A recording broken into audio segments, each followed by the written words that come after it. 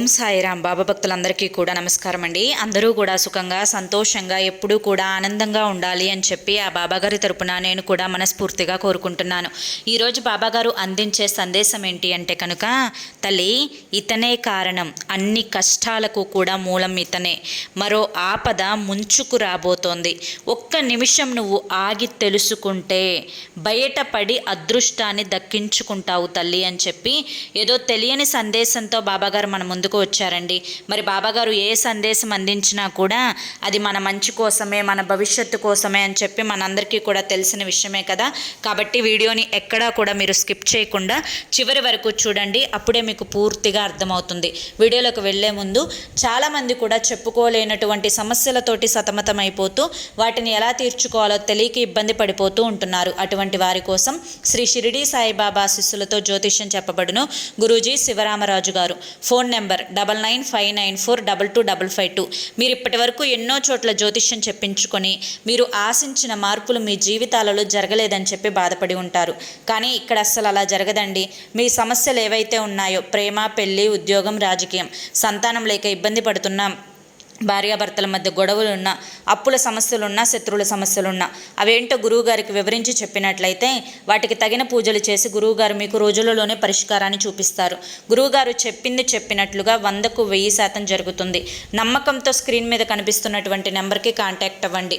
భార్యాభర్తల మధ్య వశీకరణ, స్త్రీ మరియు పురుషుల మధ్య వశీకరణ 100% జరపబడును.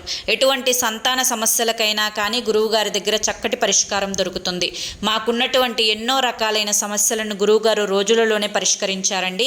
అలాగే మీ జీవితాల్లో కూడా సంతోషాలు రావాలి అంటే స్క్రీన్ మీద కనిపిస్తున్న నెంబర్కి వెంటనే కాంటాక్ట్ అవ్వండి. ఇక ఆలస్యం చేయకుండా మనం బాబాగారి యొక్క సందేశం ఏంటో తెలుసుకుందాం. తల్లి, నీ జీవితం కష్టాల ఊబిలో కూరుకుపోవడానికి కారణం ఇతనే. నీ అదృష్టాలకు తాళం పెట్టిన అతను ఇతనే.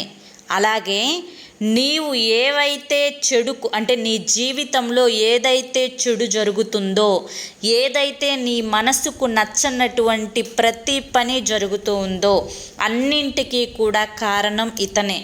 తన నోటి ద్వారా, తన పొగరు ద్వారా, తన యొక్క అదాటు ద్వారా నేనే నెగ్గాలి అనే ఒక పంతం, నేను మగాణ్ణి, నన్ను ఎదిరించేవారు ఎవ్వరూ లేరు, నా కాలి కింద చెప్పులాగా ఒక్కొక్కరిని పెట్టుకోవాలి అనేటువంటి పొగరు వీటన్నింటికి కూడా దారితీస్తుంది.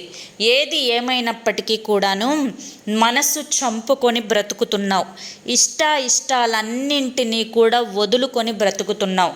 అసలు ఈ జీవితం ఏదైతే నీకు నడుస్తూ ఉందో అది నీకు నచ్చినట్లుగా లేదనే చెప్పాలి. ఒక రకంగా చెప్పాలి అంటే నీవు ఊహించిన నీ కలల ప్రపంచం వేరు, కానీ నువ్వు అనుభవిస్తున్నటువంటి జీవితం వేరు. ఏది ఏమైనప్పటికీ కూడాను సర్దుకుపోవాలి కదా. నా జీవితం ఇంతే, ఈ జన్మకి భగవంతుడు నాకు ఇంతే రాశారు, నేను చేయగలిగింది ఏమీ లేదు కదా అని చెప్పి మనసుకు సర్ది చెప్పుకొని జీవితాన్ని అలా ముందుకు నెట్టుకుంటూ వెళ్తున్నావు. తప్పదు కదా అనే ఒక నిర్ణయానికైతే వచ్చావు.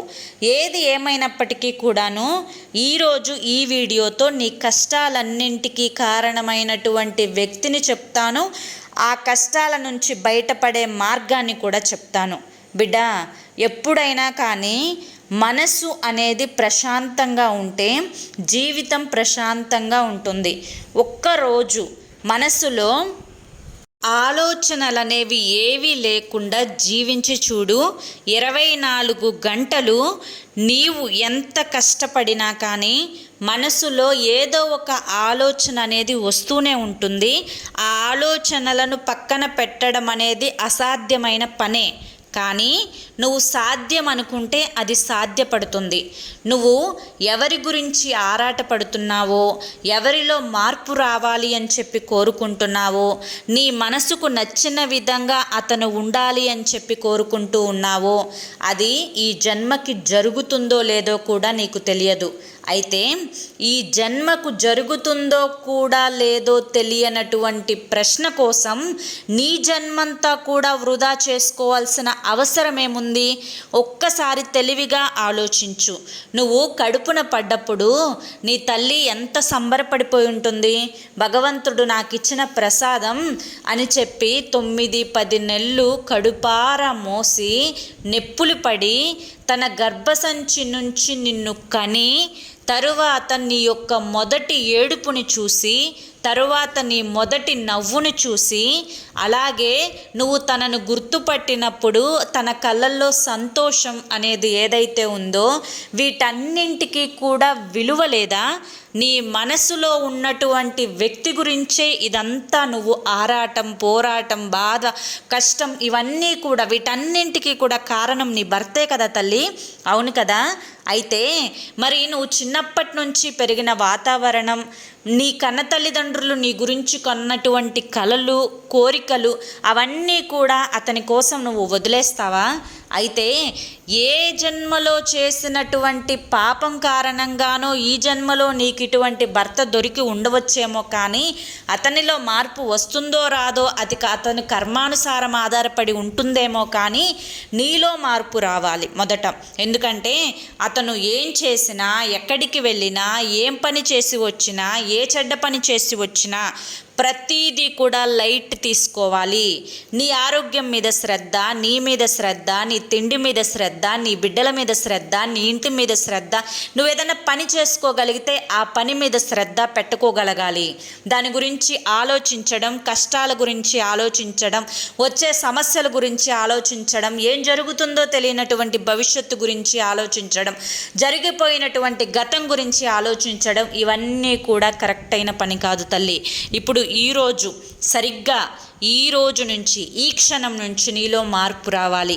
ఆ మార్పు నీకు మొదట ఆనందాన్ని ఇవ్వాలి, నీ కడుపున పుట్టిన బిడ్డలకి ఆనందాన్ని ఇవ్వాలి, నీ తల్లిదండ్రులకు ఆనందాన్ని ఇవ్వాలి. అలా మారాలంటే ఏం చేయాలో నీకు బాగా తెలుసు కదా తల్లి. ఎందుకంటే నా బిడ్డ అంత తెలియని పిచ్చిదైతే మాత్రం కాదు, కానీ ఇంతవరకు కూడా పిచ్చిగానే ప్రవర్తించావు. ఇకనైనా కానీ మేలుకో, లేకపోతే నష్టపోతావు. అదృష్టం అనేది నీ చేతుల్లోనే, నీ ఆలోచనల్లోనే ఉంది. నీ కష్టాలకు కారణమైనటువంటి భర్తను నీ మైండ్లో నుంచి డిలీట్ చెయ్యి. అదే నీ సమస్యకు పరిష్కారం. అర్థమైంది కదా అని చెప్పి ఈరోజు బాబాగారు మనకి చాలా చక్కటి సందేశాన్ని అందించారండి.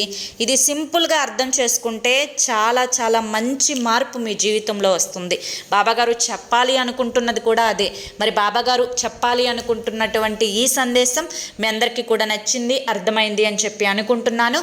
నచ్చింది, అర్థమైంది అని చెప్పి అనిపిస్తే ఈ వీడియోకి ఒక లైక్ ఇవ్వండి. కింద కామెంట్ సెక్షన్లో ఓం సాయిరామ్ అని చెప్పి టైప్ చేయండి. మొదటిసారి మన సాయి పిలుపు ఛానల్లోకి వచ్చినట్లయితే మన ఛానల్ని సబ్స్క్రైబ్ చేసుకొని సపోర్ట్ చేయండి. రేపు మరొక మంచి వీడియోతోటి మళ్ళీ కలుసుకుందాం. అంతవరకు కూడా బాబాగారి యొక్క ఆశీస్సులు మీ మీద, మీ కుటుంబ సభ్యుల మీద ఎల్లకాలం ఉండాలి అని చెప్పి మనస్ఫూర్తిగా కోరుకుంటూ, అలాగే మీకు ఎటువంటి కష్టాలు ఉన్నా, ఎటువంటి సమస్యలు ఉన్నా, ఎటువంటి బాధలు ఉన్నా, అవి ఏవైనా కానివ్వండి, ఎటువంటి పర్సనల్ సమస్యలు అయినా కానివ్వండి, స్క్రీన్ మీద కనిపిస్తున్నటువంటి గురువుగారి నెంబర్కి కాంటాక్ట్ అవ్వండి. సమస్యల నుంచి బయటపడి ఆనందంగా ఉండండి. జై సాయిరామ్.